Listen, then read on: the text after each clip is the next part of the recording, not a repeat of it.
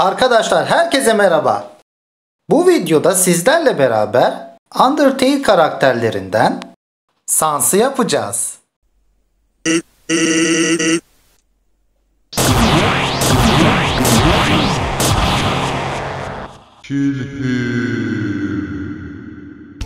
Öncelikle 3 açıdan resimlerimizi çizelim. Çalışma masamızı güzel bir şekilde oluşturalım. İhtiyacımız olan bakır teli belirleyip keski yardımıyla keselim. Bu tele önce şeklini verelim. Sonra alüminyum folyo ile kaplayalım. Son olarak da polimer kille. Bacaklarının iskelet görüntüsünü elde etmeye çalışalım.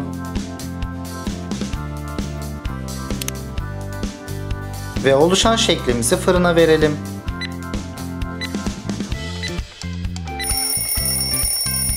Şeklimiz fırından geldi. Başını oluşturmak için parçalar ekleyelim. Ve bunları iyice oturtalım. Burnunu kabaca oluşturalım. Burası da üst dudağı olacak. Şimdi de çene, kafa ve boyun bölgesini oluşturuyoruz. Diğer taraf da tamam. Sol gözün sınırlarını belli edip içinden bir miktar parça kesiyoruz. Ve kesim izlerini kaybediyoruz. Burası da sağ gözü. Burnunu kesip içini boşaltıyoruz. Ve son şeklini veriyoruz. Bıçağımız vasıtasıyla gülümseyen ağzının sınırlarını oluşturuyoruz. Ve içinden biraz parça azaltıyoruz. Kesim izlerini kaybediyoruz. Dişlerini oluşturuyoruz. Bunlar da gözünden aşağıya doğru giden çizgiler. Bu parçayla terliğinin üst kısmını yapacağız. Ayağına giydirdikten sonra şeklini veriyoruz. Bu parça da terliğinin tabanı olacak. Fazla olan parçaları bıçağımızla kesiyoruz. Ve kesim izlerini kaybediyoruz. Bu da diğer ayağının terliği. Figürümüz tekrar fırına gidiyor.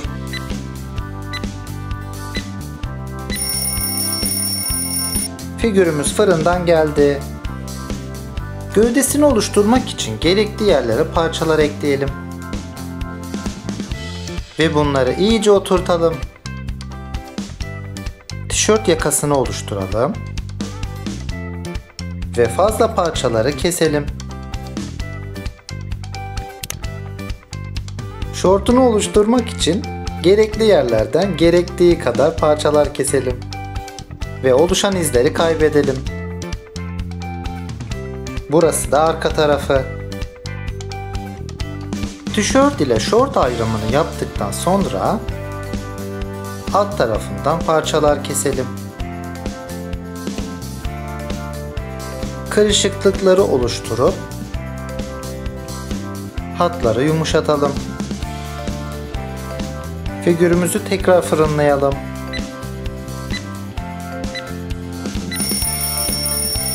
Figürümüz fırından geldi. Montunu ve kollarını oluşturmak için parçalar ekleyelim. Ve bunları iyice yapıştıralım. Fermuar yerini oluşturalım. Kolu ile montunun ayrımını oluşturalım. Burası da kolunun arka tarafı. Bunlar da montundaki bazı detaylar. Fermuarının dişleri. Buraya da montunun arka tarafındaki kırışıklıkları oluşturuyoruz. Ve hatları yuvarlaklaştırıyoruz. Sağ kolunu da aynı şekilde yapıyoruz. Ve figürümüzü fırına sokuyoruz.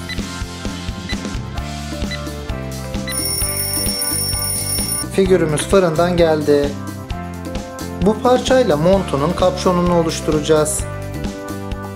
Boynunun arkasına geçirdikten sonra modelleme aletimizle iyice yapışmasını sağlıyoruz. Şimdi de kapşonun üzerinde oluşan katları yapmaya başladık. Gerekli yerlerden parçalar kesip çıkartıyoruz.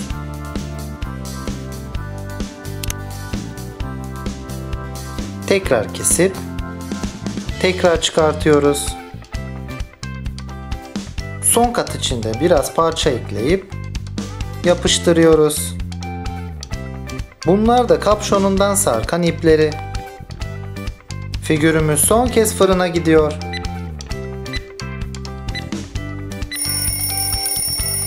Figürümüz son kez fırından geldi. Öncelikle elimize beyaz boyamızı alıyoruz. Bu boyayla Sans'ın başını, sağ ayağını ve sol ayağını boyuyoruz. Siyah boyayla sol gözünü, sağ gözünü, burnunu, dişlerinin aralarını, kapşonunun iplerini ve şortunu boyuyoruz.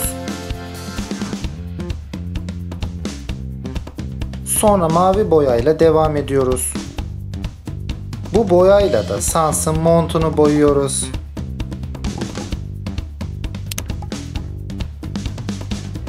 Tekrar beyaz boyamızı alıp göz bebeklerini, montunun kollarındaki desenleri ve şortunun bacaklarındaki desenleri boyuyoruz. Açık gri ile tişörtünü, koyu gri ile ise kapşonunu ve her iki fermuarını boyuyoruz. Son olarak da pembe ile terliklerini boyadıktan sonra Undertale'den Sans hazır. Videomu izlediğiniz için teşekkür ederim. Nasıl? Fena olmadı değil mi? Beni sosyal medya hesaplarınızdan takip edebilirsiniz. Elleri cebinde, ayağında terlik, evin içinde gezip duruyor. Kanalda görmek istediğiniz figürü yorumlar bölümüne yazabilirsiniz. Sen nasıl bölüm canavarısın ya? Hiç pembe terlikli bölüm canavarı mı olur? Videomu beğendiyseniz beğen tuşuna basmayı unutmayın. Gül sen gül, ben sana yapacağımı bilirim.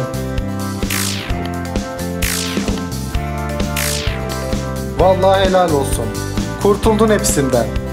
Kanala hemen şimdi abone olun. Çünkü istediğim figür pek yakında bu kanalda. Sans, bir rahat durur musun? Bırak artık oyun oynamayı. Figür yapımı ile ilgili Discord'da bir grup kurduk. Gerekli bilgileri video açıklama kısmında bulabilirsiniz. Bir başka figürde görüşmek üzere. Hoşça kalın.